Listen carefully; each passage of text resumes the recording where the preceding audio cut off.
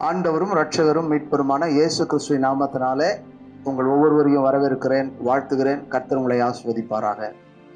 ஆராதனை நேரம். என்ன நேரம்? ஆராதனை நேரம். இப்போ இந்த ஆராதனை நேரத்தில் நம்ம என்ன தியானிக்க போகிறோம் என்றால், எரேமியாவின் புஸ்தகம் 2ஆம் அதிகாரம் 2ஆம் வசனம். நீ போய் எருசலேமின் செவிகள் கேட்கும்படி எருசலேமில் செவிகள் கேட்கும்படி கூப்பிட்டு சொல்ல வேண்டியது என்னவென்றால் விதைக்கப்படாத தேசமாகிய வனாந்திரத்தில் நீ என்னை பின்பற்றி வந்த சொல்லுங்க பார்க்கலாம். நீ என்னை பின்பற்றி வந்த உன் இளவயதின் பக்தியையும் நீ வாழ்க்கைப்பட்ட போது உனக்கு இருந்த நேசத்தையும் நினைக்கிறேன் என்று கர்த்தர் சொல்லுகிறார். எதை நினைக்கிறார் பாருங்க பார்க்கலாம். எதை நினைக்கிறார்? நீ என்னை பின்பற்றி வந்த இளவயதின் பக்தியையும் நீ வாழ்க்கைப்பட்ட போது உனக்கு இருந்த நேசத்தையும் நினைக்கிறேன். யாருக்கு சொல்றோம்? எருசலேம்.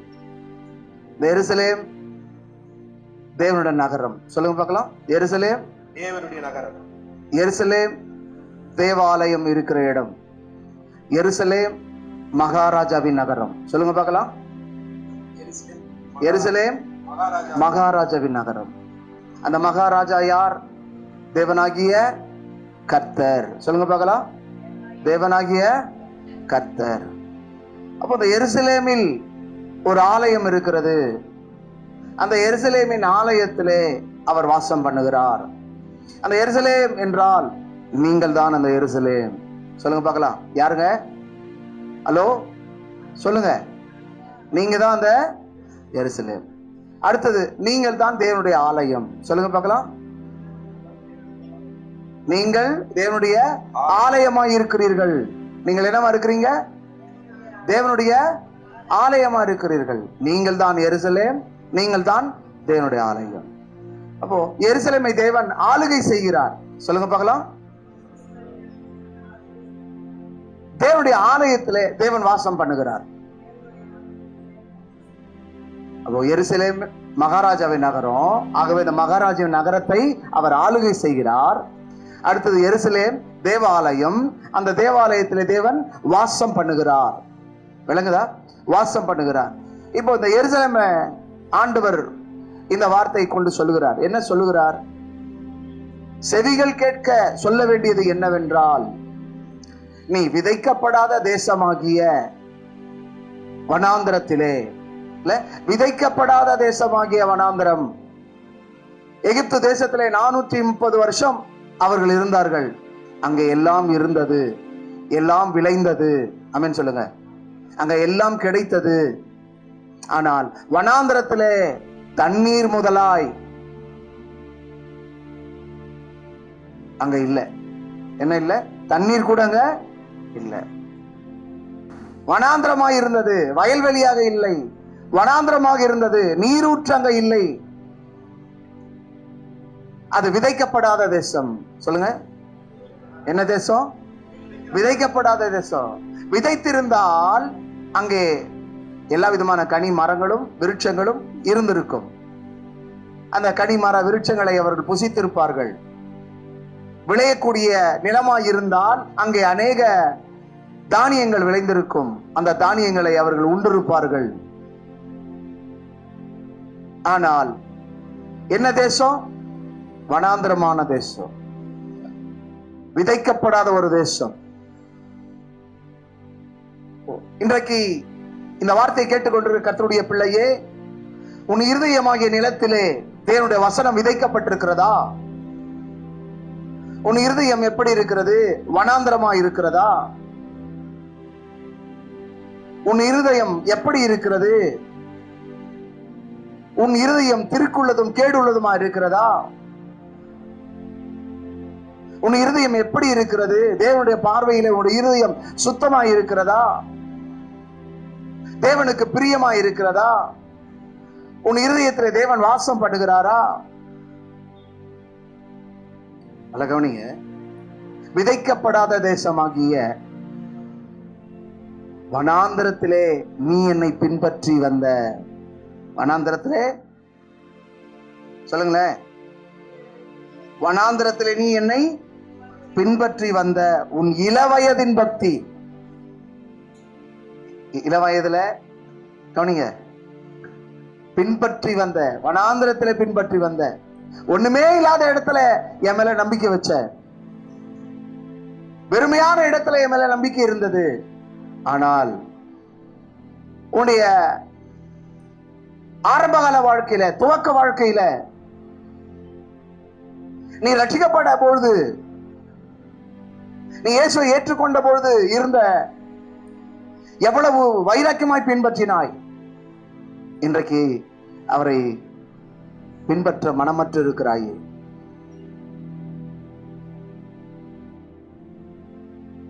விதைக்கப்படாத தேசமாகிய வனாந்தரத்திலே என்னை நீ பின்பற்றி வந்தாய். அன்றைக்கு ஒன்றுமே இல்லை, ஆகாரம் இல்லை, தண்ணீர் இல்லை, மாற்று வஸ்திரம் இல்லை. நீ எவ்வளவு கஷ்டத்துல இருந்த, எவ்வளவு பிரச்சனையில் இருந்த, எவ்வளவு உபத்திரவத்தில் இருந்த, எத்தனை பாடுகளில் இருந்த, எத்தனை இந்த அவமானத்துல இருந்த. ஆனா அன்றைக்கு நீ அவரை பின்பற்றி வந்தாய். இன்றைக்கு உன்னுடைய வாழ்க்கையில கொஞ்சம் கொஞ்சம் எல்லாம் கொஞ்சம் கொஞ்சம் கிடைச்சிருக்கு. கிடைச்ச உடனே அவரை விட்டுட்டியே. ஹலோ, கவனிக்கிறீங்களா? அன்னைக்கு வாழ்க்கை வெறுமையா இருந்தது. அப்ப உனக்கு கடவுள் தேவை, கடவுளை பற்றி கொண்ட, உனக்குள்ள ஒரு பயம் இருந்தது, பக்தி இருந்தது, ஆகவே அவரை பற்றி கொண்டாய். இன்றைக்கு என்ன செய்கிற? சும்மாவா சர்ச்சைக்கு போறது? ஓயாத பைபிள் படிச்சுன்னு இருக்கிறேன், ஓயாத ஜெபம் பண்ணி கொண்டிருக்கிறேன். ஹலோ, வசனம் சொல்லுது, விதைக்கப்படாத தேசமாகிய வனாந்தரத்திலே நீ என்னை பின்பற்றி வந்தாய், இப்பொழுது என்ன செய்து கொண்டிருக்கிறாய்? அன்றைக்கு வெறுமையான நிலை, வறுமை நிறைந்த வாழ்க்கை, கவலை, கண்ணீர், கஷ்டம், வேதனை, பாடு, உபத்திரவம், நிந்தை இருந்தது. அன்றைக்கு தேவனை பின்பற்றினாய். இன்றைக்கு கொஞ்சம் வசதி, கொஞ்சம் சின்ன வேலை கிடைச்சிருக்கு, ஒரு சொற்ப வருமானம் கிடைச்சிருக்கு, ஒரு சின்ன வீடு கிடைச்சிருக்கு, இல்ல ஒரு நல்ல உத்தியோகம் கிடைச்சிக்குது, நல்ல வருமானம் கிடைச்சிக்குது. இப்போ ஜபிக்கிறது இல்ல, பைபிள் படிக்கிறது இல்ல, சர்ச்சுக்கு ஒழுங்கா வர்றது இல்ல. ஹலோ, இல்ல அப்போ நல்லா காலையில எழுந்ததுல இருந்து இரவு படுக்கைக்கு போற வரைக்கும் வாயில துதி இருக்கும், ஸ்தோத்திரம் இருக்கும், பாட்டு இருக்கும். போகும்போது பாடுவேன், வரும்பொழுது பாடுவேன், உட்காரும் போது பாடுவேன், எழுந்திருக்கும் போது பாடுவேன், துணி துவைக்கும் போது பாடுவேன், சமைக்கும் போது பாடுவேன். ஹலோ, எந்த ஒரு வேலை செஞ்சாலும் பாடிக்கொண்டே, துதித்து கொண்டே, ஜெபித்து கொண்டே இருப்பேன். இப்போ உன்னுடைய நிலை என்ன ஆனது? நீ யாராக வாழ்ந்து கொண்டிருக்கிறாய்?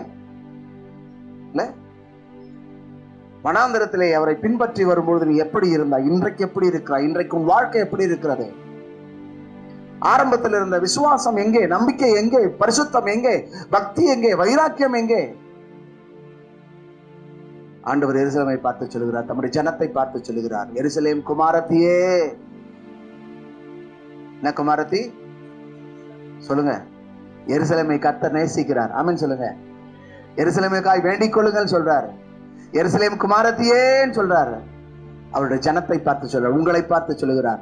அவருடைய குமாரத்தியாகிய நீங்கள், அவருடைய பிள்ளைகளாகிய நீங்கள் பின்பற்றி வந்தீர்கள். இப்பொழுது பின் மாற்றத்திற்குள் இருக்கிறீர்கள், பின்வாங்கி போயிருக்கிறீர்கள். உங்கள் ஆவிக்குறி ஜீவியம் தடுமாறி கொண்டிருக்கிறது, நிலை மாறிவிட்டது. எப்படி வாழ்ந்து கொண்டிருக்கிறோம்? அன்றைக்கு எப்படி இருந்தது? ஆரம்ப காலம் எப்படி இருந்தது? ஹலோ, பார்வோனின் சேனையிலிருந்து, பார்வோனின் பிடியிலிருந்து கர்த்தர் விடுவித்தார், எகிப்தின் அடிமைத்தனத்திலிருந்து விடுவித்தார். அதுபோல நம்மையும் பாவ வாழ்க்கையிலிருந்து விடுவித்தாரே, நம்முடைய சாபங்கள் எல்லாம் மாற்றினாரே, நம்முடைய நோய்கள் எல்லாம் குணமாக்கினாரே. உண்மைதானே? நம்முடைய பாவத்தை மன்னித்தாரா? நம்முடைய சாபங்களை நீக்கினாரா? நம்முடைய நோய்களை குணமாக்கினாரா? நம்முடைய வறுமைகளை நீக்கினாரா? நம்முடைய தரித்திரங்களை நீக்கினாரா? நம்முடைய கடன் சுமையை நீக்கினாரா? நம்முடைய அவமானங்களை மாற்றினாரா? நம்முடைய நிந்தைகளை மாற்றினாரா? எல்லாவற்றையும் செய்தாரே. அப்பொழுது அவரை பின்பற்றி வந்தாய், இப்பொழுது ஒரு நல்ல நிலையில வந்து விட்டாய். ஆகவே அவரை திரும்பி கூட பார்ப்பதில்லை, அவரை திரும்பி கூட பார்ப்பதில்லை. அவரை நோக்கி கூப்பிடுவது கிடையாது, ஜெபிப்பது கிடையாது, வேதத்தை வாசிப்பது கிடையாது. அலுவல் இருக்கிறது, அலுவலகத்திலே அலுவல் இருக்கிறது, வீட்டிலே அலுவல் இருக்கிறது, வெளியிலே அலுவல் இருக்கிறது. வேலை எங்கதான் இல்லை? ஆபீஸ்ல வேலை இருக்கும், வீட்டுல வேலை இருக்கும், மற்ற வேலைகள் இருந்து கொண்டேதான் இருக்கும். எத்தனை வேலை இருந்தாலும் அந்த வேலைகளை விட்டுட்டு, அந்த வேலைகளை ஒதுக்கி வைத்து விட்டு உன் தேவனாகிய கர்த்தருக்கு நீ முக்கியத்துவம் கொடுக்கும் போது உனக்கு சமாதானம் கிடைக்கும், சந்தோஷம் கிடைக்கும், ஆரோக்கியம் கிடைக்கும், ஆசீர்வாதம் கிடைக்கும். பணம் ஆசீர்வாதம் அல்ல, வீடு வாசல் ஆசீர்வாதம் அல்ல, பிள்ளைகள் ஆசீர்வாதம் அல்ல. கர்த்தர் உன்னோடு கூட இருப்பதுதான் ஆசீர்வாதம். நீ கர்த்தருக்குள் இருப்பதுதான் ஆசீர்வாதம். நீ கர்த்தருக்காக வாழ்வதுதான் ஆசீர்வாதம். பணம் வந்து விட்டது, வீடு வந்து விட்டது, பிள்ளைகள் வந்து விட்டார்கள், வேலை கிடைத்து விட்டது, நல்ல ஆடை கிடைத்து விட்டது, நல்ல உறவுகள் கிடைத்து விட்டது, நல்ல நட்புகள் கிடைத்து விட்டது என்று சொல்லி தேவனை விட்டு தூரமாய் வாழ்ந்து கொண்டிருக்கிறாயே, கர்த்தர் வேதனையோடு பார்க்கிறார்.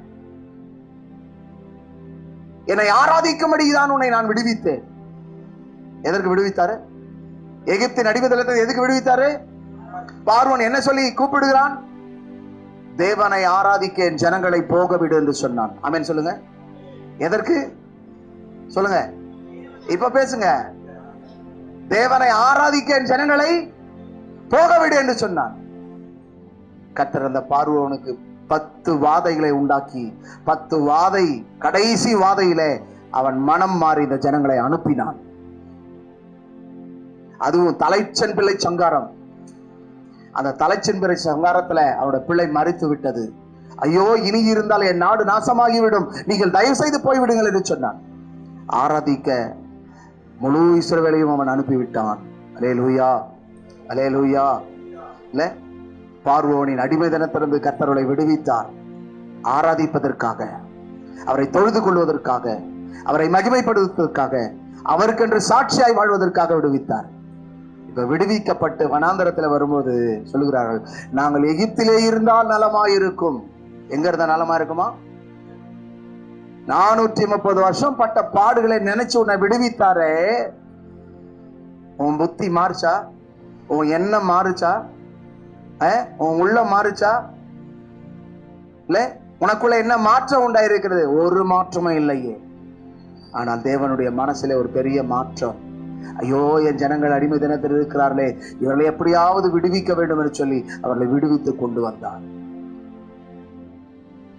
நம்மையும் பாவ பிடியிலிருந்து, சாப பிடியிலிருந்து, வியாதியிலிருந்து கர்த்தர் நம்மை விடுவித்தார். பிசாசின் பிடியிலிருந்து விடுவித்தார்.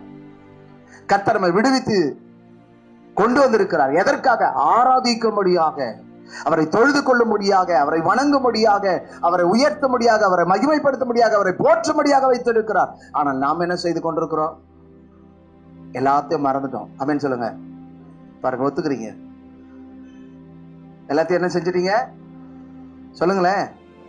ஆராதிக்கிறதுக்கு நேரம் கொடுக்கிறதே, ஜெபிக்கிறதுக்கு நேரம் கொடுக்கிறதே இல்ல. தேவனுக்கு முக்கியத்துவம் கொடுக்கிறது இல்ல. யாருக்கு முக்கியத்துவம்? மனுஷனுக்கு, தொழிலுக்கு, பணத்திற்கு, உறவுக்கு. இல்ல, எதுக்கு முக்கியத்துவம் கொடுக்கிறோம்? ஆனால் கர்த்தர் இன்றைக்கு சொல்லுகிறார், கர்த்தருடைய வார்த்தை எல்லாம் ஆம் என்றும் ஆம் என்றும் இருக்கிறது. இல்ல, கர்த்தருடைய வார்த்தைகள் எப்படி இருக்கு?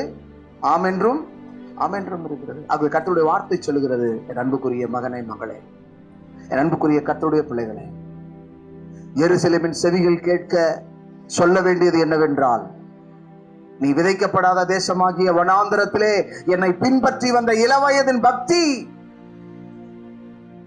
எங்க போச்சு? பக்தி, புத்தி மாறி போச்சா? ஹலோ, பக்தி என்ன மாறி போச்சு? சொல்லுங்களேன். அநேகருக்கு என்ன மாறி போச்சு? புத்தி மாறி போச்சு. ஏலியினுடைய பிள்ளைகளுக்கு அந்த பயபக்தி இல்லை. ஆனால் சாமுவேலுக்குள்ள அந்த தேவ பக்தி இருந்தது, பயபக்தி இருந்தது. ஆகவேதான்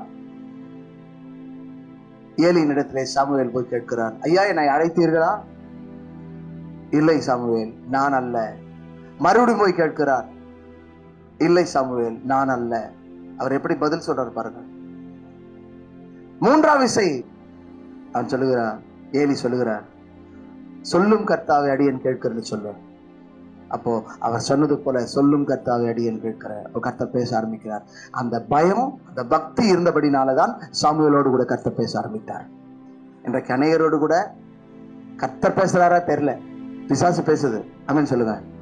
யார் பேசுது சொல்லுங்களேன்? பிசாசு பேசுது. என்ன பேசுது தெரியுமா? சர்ச்சுக்கா என்னையா காலைல ஒரு வேலை சாயந்தரம் ஒரு வேலை போறேன், போவாதையா? அப்படியா? ஆமா ஆமா, 2 வேலை போறது, ஒரு வேலை போறத பெரிய விஷயம், நான் ஏன் போனோம்? பிசாசு சொன்னா உடனே இவர் என்ன பண்றாரு? 2 வேலை போறத ஒரு வேலை ஆக்டர். இப்ப என்ன பண்றாரு?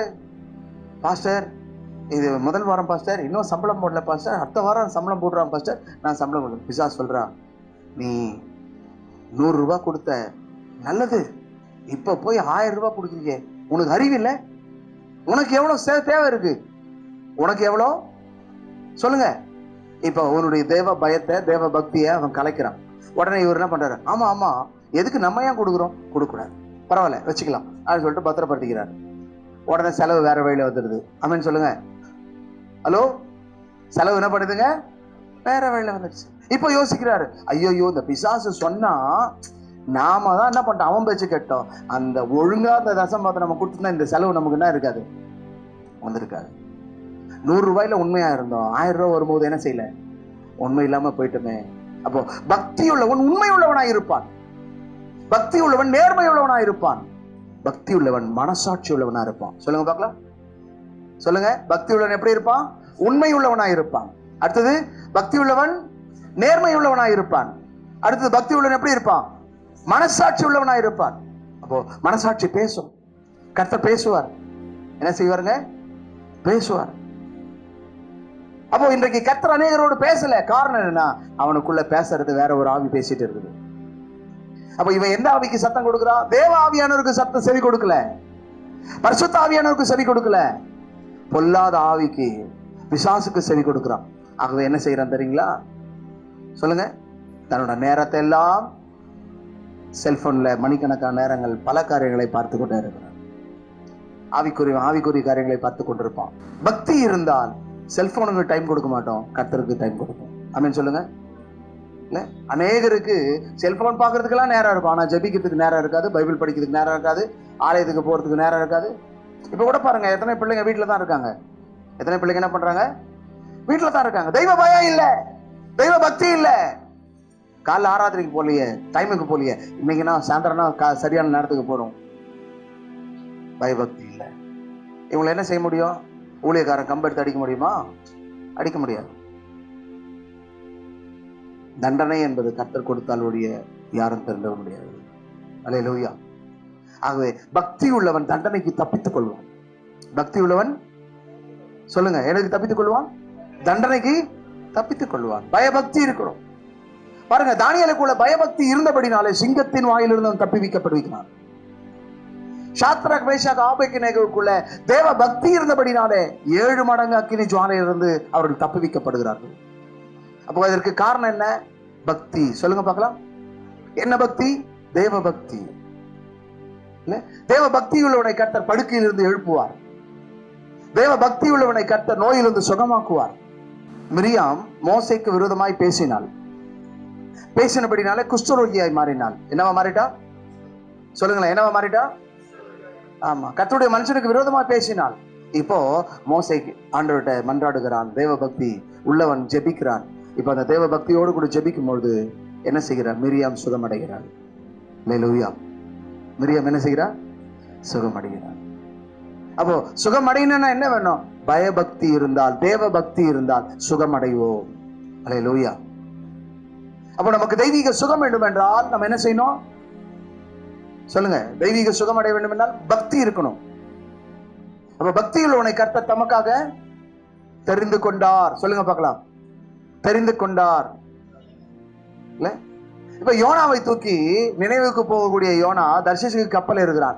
தர்ஷீசுக்கு கப்பல் ஏறும்போது யோனாவை தூக்கி போட போகிறார்கள். அப்பொழுது யோனாவை பார்த்து கேட்கிறார்கள், யோனாவே நீ யார்? எங்கிருந்து வந்தாய்? அவன் சொல்றான், நான் ஒரு எபிரேயன், நான் ஒரு தேவ மனுஷன், நான் தேவனுடைய வார்த்தைக்கு கீழ்ப்படியாமல் போனேன்.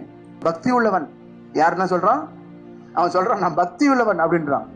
பக்தி உள்ளவனுக்கு புத்தி மாறிடுச்சு. ஆகவேதான் பாதை மாறி போயிட்டான். மறுபடியும் கடவுள் பேசுறாரு. இப்போ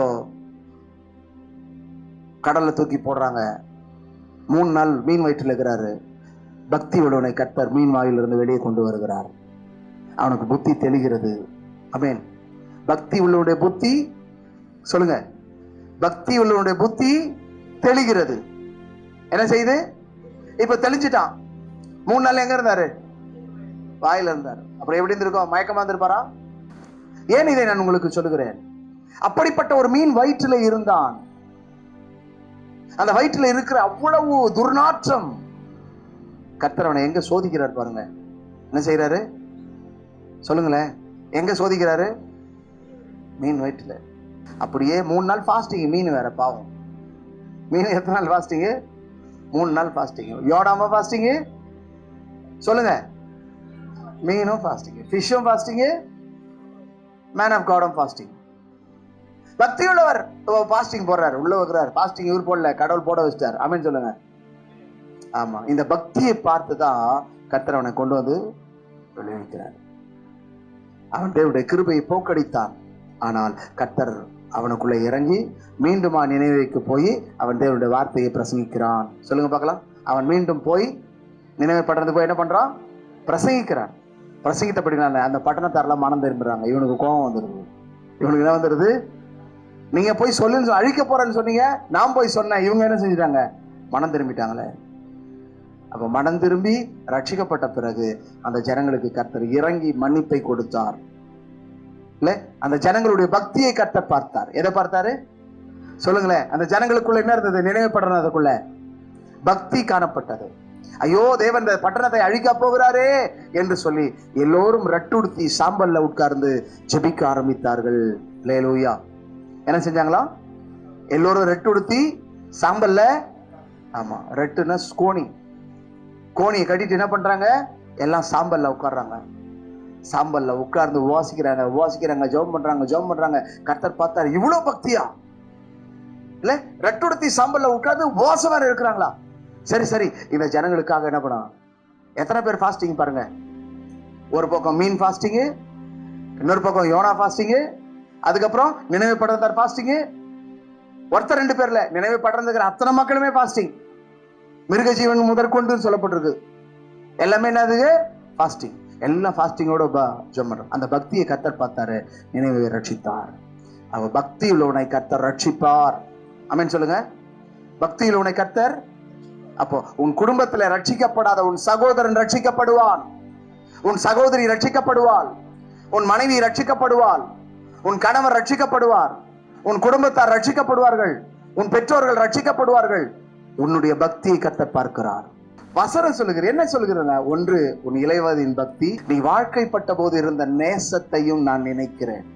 இந்த உலகத்துல நம்ம நினைக்கிறவர் கடவுள் மாத்திரமே தவிர வேற யாருமே கிடையாது. ஆமென் சொல்லுங்க. சொந்தமோ பந்தமோ இனமோ ஜனமோ யாருமே கிடையாது. எல்லாமே உதட்டுல தான். சொல்லுங்க பார்க்கலாம். எல்லாமே யாரு? உதட்டளவு தான். ஆனா உள்ளத்துல இருந்து உங்களோடு கூட உரிமை பாராட்டுகிறவர் ஒருவர், நம்முடைய பரிசுத்த ஆவியானவர் மாத்திரமே. ஆக இந்த பரிசுத்த ஆவியானவர் இன்றைக்கு நம்மத்திலே அசைவாடி கொண்டிருக்கிறார். அவர் சொல்லுகிறார், உங்களை பார்த்து பேசுகிறார், உங்களோடு கூட இடைப்பட்டு கொண்டிருக்கிறார். என் அன்பு மகளே, என் அன்பு மகனே, உன்னுடைய பக்தி எங்கே போனது? உன் நேசம் எங்கே போனது? நான் அவைகளை நினைக்கிறேன். நீ ஆரம்பத்துல எப்படி இருந்தாய்? துவக்கத்துல எப்படி இருந்தாய்? நீ ரட்சிக்கப்பட்ட போது எவ்வளவு என்னிடத்துல எவ்வளவு நேசமாய், பாசமாய், எவ்வளவு பக்தியோடு, எவ்வளவு வைராக்கியத்தோடு கூட இருந்தாய். உன் நேரங்கள் எல்லாம் எனக்கு கொடுப்பாய், என்னோடு பேசிக்கொண்டே இருப்பாய். ஆனால் இன்றைக்கு என்னோடு பேச உனக்கு நேரம் இல்லையே, ஜெபிக்க உனக்கு நேரம் இல்லையே, வேதம் வாசிக்க உனக்கு நேரம் இல்லையே, ஆலயம் செல்வதற்கு நேரம் இல்லையே, சுவிசேஷம் சொல்வதற்கு நேரம் இல்லையே. கர்த்தர் பார்க்கிறார், கர்த்தர் உன்னை கவனித்துக் கொண்டிருக்கிறார், கர்த்தர் உன்னை விசாரிக்கிறவரா இருக்கிறார். அது சொல்லி நான் உன்னை நினைத்திருக்கிறேன். நம்ம ஜெபம் செய்வோமா? வானத்துக்கும் பூமிக்கும் தேவனாகிய கர்த்தாவே, இந்த நாளிலோட வார்த்தை கேட்டுக்கொண்டிருக்கிற என் அன்பு சகோதர சகோதரிகளுக்காக, என் அன்பு பிள்ளைகளுக்காக உமக்கு ஸ்தோத்திரம் சுவாமி. உடைய பிள்ளைகளுடைய இருதயங்களை பார்க்கிறேன். அவருடைய இளவயதின் பக்தி, மனாந்திரத்தில் பின்பற்றி வந்த இளவயதின் பக்தியையும், நீ வாழ்க்கைப்பட்ட போது உனக்கு இருந்த நேசத்தையும் நான் நினைத்திருக்கிறேன் சொன்னீரேன். இன்றைக்கு உங்களுடைய பிள்ளைகளை நீங்க நினைக்கிறீங்க. ஒரு நாளும் மறந்து போனதில்லை. ஆனால் பிள்ளைகள் உம்மை மறந்து போனார்கள். ஸ்திரீயானவள் தன் பிள்ளைக்கு இறங்காமல் தன் பாலகனை மறப்பாலோ, அவர்கள் மறந்தாலும் நான் மறப்பதில்லைன்னு சொன்னேன். நான் உன்னை உள்ளங்கையிலே வரைந்திருக்கிறேன் சொன்னேன். ஆரம்பத்திலிருந்து அந்த விசுவாசம், நம்பிக்கை, பக்தியை தாரும் சாமி. ஒவ்வொரு பிள்ளைகளும் தெய்வ பக்தி உள்ளவர்களாய், பரிசுத்தம் உள்ளவர்களாய், சாட்சி உள்ளவர்களாய் அவருடைய வாழ்க்கையில இன்னும் பரிசுத்தம் அடைய, இன்னும் பக்தி மேல் பக்தி அடைய, இன்னும் விசுவாசத்தின் மேல் விசுவாசத்தம் அடைய, இன்னும் அவர்கள் ஆவிக்குரிய ஜீவிதங்களை வளர கர்த்தர் உதவி செய்யும். இதுவரைக்கும் உம்மை தேடாம இருந்திருக்கலாம். ஆனா இன்று முதல் உம்மை தேடுகிறவளாய், ஜபிக்கிறவளாய், வேதத்தை வாசிக்கிறவளாய், அதன்படி நடக்கிறவளாய் மாற்று. ஒவ்வொருவரையும் பேர் பேராக தொட்டு ஆசீர்வதிப்பீராக. ஆசீர்வதி. கர்த்தருடன் பெரிய காரியம் செய்யும். இயேசுவின் நாமத்தில் பிதாவே, ஆமென். கிறிஸ்து இயேசுவுக்குள் மிகவும் பிரியமான என் அன்பிற்குரிய கர்த்தருடைய பிள்ளைகளே, சகோதரர்களே, சகோதரிகளே, ஆண்டவரும் இரட்சகருமான இயேசு கிறிஸ்துவின் இனிய நாமத்தினால் உங்களை வாழ்த்துகிறேன். அன்பிற்குரியவர்களே, உங்களுக்கோர் மகிழ்ச்சியூட்டும் நற்செய்தி.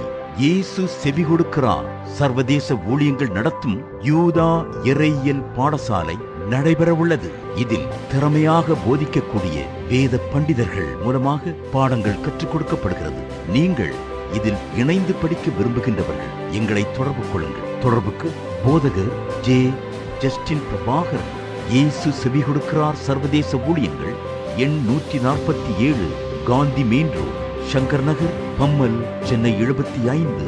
செல்போன் 7397451314 மற்றும் 9840727485. In English, Reverend J. Justin Prabhakaran, Jesus Hears International Ministries, number 147, Gandhi Main Road, Shankar Nagar, Pammal, Chennai 75. Cell phone 73974513114 and 98407-27485. God bless you. அன்பான தேவ ஜனங்களே, சென்னை பல்லாவரத்தை அடுத்த பம்மலில் உள்ள சர்வதேச கிறிஸ்தவ திருச்சபையில் ஒவ்வொரு வாரமும் நடைபெறுகின்ற ஆராதனை நேரங்கள். ஞாயிற்றுக்கிழமை காலை 8 மணிக்கு பரிசுத்த ஓய்வு நாள் ஆராதனை நடைபெறும். புதன்கிழமை மாலை 7 மணிக்கு திறப்பின் வாசல் ஜெபம். சனிக்கிழமை காலை 11 மணிக்கு உபவாச ஜெபமும், ஒவ்வொரு மாதமும் முதல் தேதியில் மாலை ஸ்தோத்திர ஜெபமும், முதல் வாரம் ஞாயிற்றுக்கிழமையில் திருவிருந்தோடு கூடிய பரிசுத்த ஆராதனையும் நடைபெறுகிறது. அன்பிற்குரிய கர்த்தருடைய பிள்ளைகளே, நமது சர்வதேச கிறிஸ்தவ திருச்சபையில் நடைபெறுகின்ற இவ் ஆராதனைகளில் நீங்கள் பங்கு பெற்று ஜீவனுள்ள தேவனை மகிமைப்படுத்தி துதிக்க உங்களை அன்போடு அழைக்கிறோம். மேலும் விவரங்களுக்கு நீங்கள் தொடர்பு கொள்ள சர்வதேச கிறிஸ்தவ திருச்சபை, எண் 147, காந்தி மெயின் ரோட், சங்கர் நகர், பம்மல், சென்னை 600075. எங்களுடைய வங்கி கணக்கு எண் HDFC 50004662241667. IFSC கோட் HDFC 00041166 என்ற எண்ணிற்கு அனுப்புங்கள். கர்த்தர்தாமே உங்கள் ஒவ்வொருவரையும் நிறைவாய் ஆசீர்வதிப்பாராக என்று உங்களை அன்புடன் அழைக்கும் போதகர் ஜஸ்டின் பிரபாகரன். மேலும் உங்கள் ஜெப உதவிக்கும் ஆலோசனைகளுக்கும் தொடர்பு கொள்ள வேண்டிய செல்போன் எண்கள் 7394541314 மற்றும் 9840727485. மிக்க நன்றி.